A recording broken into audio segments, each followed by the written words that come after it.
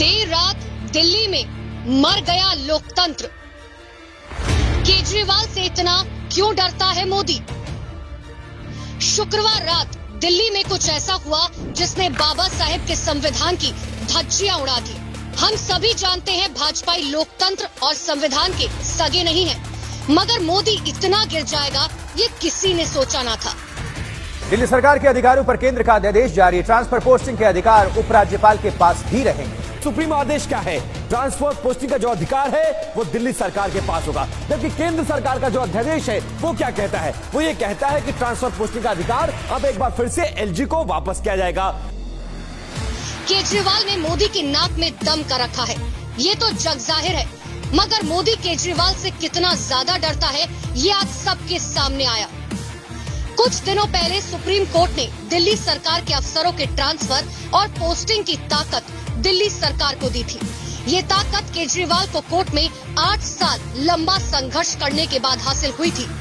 5 जजों की बेंच ने एक सुर में कहा था, दिल्ली में चुनी हुई सरकार का ही राज चलेगा। मगर मोदी तो भाई हिटलर का चेला है, उसे ये लोकतंत्र, संविधान, सुप्रीम कोर्ट कहाँ समझ आना था। सो उसने वो कर दिया जिसका दिल्ली वालों को डर था।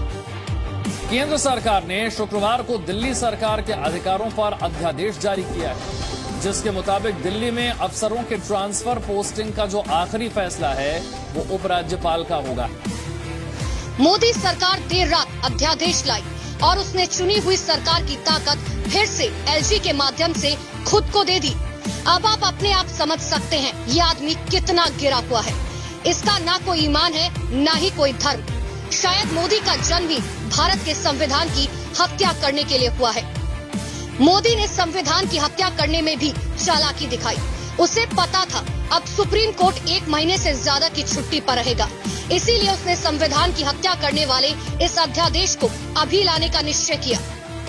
जिस संविधान के लिए हमारे स्वतंत्रता सेनानियों ने हंसकर कुर्बानी दे दी, आज मोदी उसी संविधान की हत्या कर रहा है। देशवासियों, ये जो हो रहा है वो कोई आम घटना नहीं है। इस संविधान से आपकी और हमारी स्वतंत्रता निर्धारित होती है। संविधान नहीं बचेगा तो आपकी स्वतंत्रता नहीं बचेगी, आपको गुलाम बना दिया जाएगा। जितना हो सके इस वीडियो को फैलाएं, जनता को जागरूक करें, उन्हें सचेत करें, क्योंकि संविधान को कोई बचा सकता है तो वो सिर्फ और सिर्फ आप जैसे लोग ही हैं।